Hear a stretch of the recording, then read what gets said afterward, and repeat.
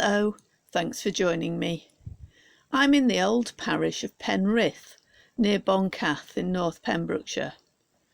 On a bend on a back road is this hint of a ruin which is easily missed, and a gap in the trees which proved to be a gateway. The gate is falling to bits. Its latch lies discarded by the wall.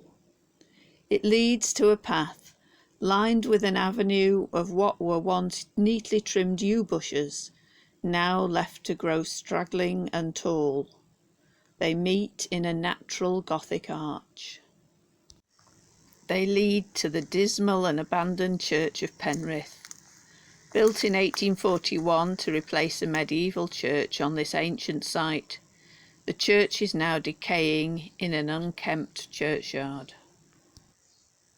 It's largely devoid of monuments. I could only see about a dozen on the south side. If there are more, they're lost beneath the undergrowth. The church itself is being slowly smothered to death by ivy, so it's hard to see what it was once like. The ivy is pushing its way inside, getting light from the glassless windows and the holes in the roof. Only the ghosts of pews and a memorial tablet are visible on the walls inside. The porch, which once welcomed worshippers, christening parties, brides and grooms and mourners, is rotting away, its tiled floor covered in fallen lime plaster. And through a crack in the padlocked door, we glimpse the ivy-covered east end, where the altar once stood. The hook in the plaster once held a notice board, no longer needed. The date stone above the porch is green with algae. Also in ruins, the building by the gate, clearly associated somehow with the church. It's older than the present building, being shown on the map with the medieval church. Perhaps it was a tithe barn. The tithe war in the late 1880s to early 1890s was played out here.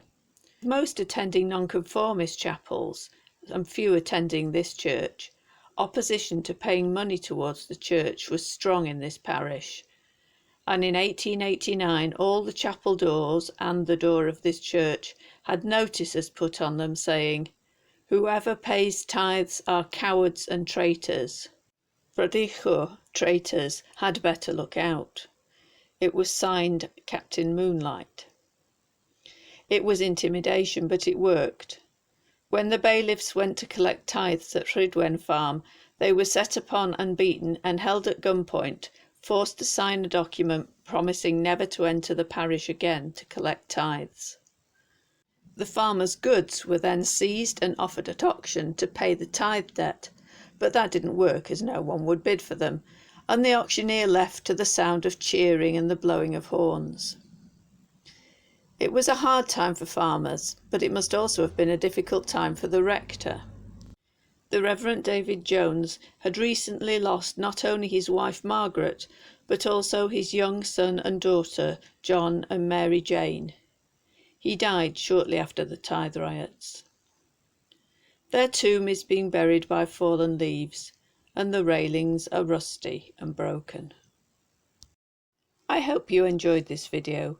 Please remember to click the like button, share with anyone you think might like to watch, and have a look at some of my other videos. If you're new to the channel, please also consider subscribing and hit the little bell to be the first to see new videos when they come out. And as always, thank you for watching.